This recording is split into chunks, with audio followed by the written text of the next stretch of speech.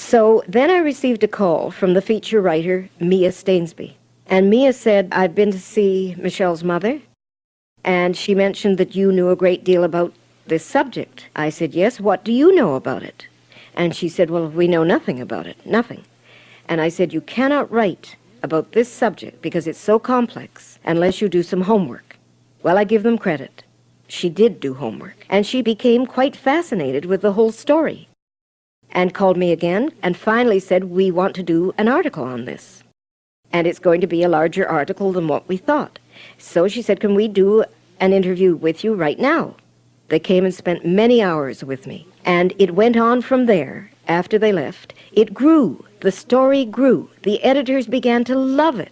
I got calls from the editors. They said, Elaine, we cannot understand how we in the media have never even heard of this. And it's a Canadian discovery. And it goes back so long. So they said, we're going to make a feature article out of this. Well, there it was. I opened the paper one day and there was the article. So that's how the Vancouver Sun article came about in May the 16th, 92.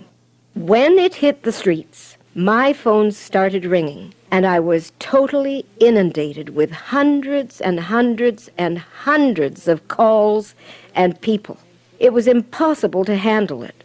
Calls were coming from everywhere, from the United States, from Eastern Canada, then it grew. Then the Eastern papers picked up the story, and then the calls were coming from Europe, and you name it. Well, it was beyond me. Fortunately, before this article was published, Elaine realized that in order to get this tea out to the people who needed it, she had to find a reputable, well-established manufacturing company in the natural health industry. Now, prior to the Vancouver Sun coming out, I had met with Flora Manufacturing and Distributing. I had gone out to their head office, and I had had a meeting with the principals there, and they knew about what I had. We had a wonderful meeting. I told them the story. We took a liking to each other, and it was just as simple as that. Then the newspaper article came out, and for about 5 weeks, Elaine was able to handle the load. From the first call on, the people that were calling me cried and sobbed to think that they finally contacted somebody that would listen to them. And this went on and on for 36 days and nights. The only times the phone stopped was when I took them off the hook. And I would flop into my bed under a sea of paper. Paper was everywhere. Cars were lining the streets. People were coming up my front door, my back door. My living room was full. This was just beyond me. So I met with Flora Manufacturing and Distributing again.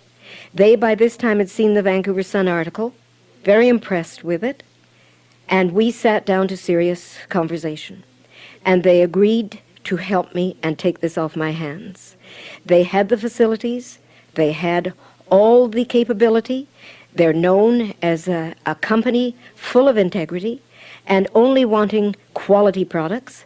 So to me, it was a blessing, an absolute blessing,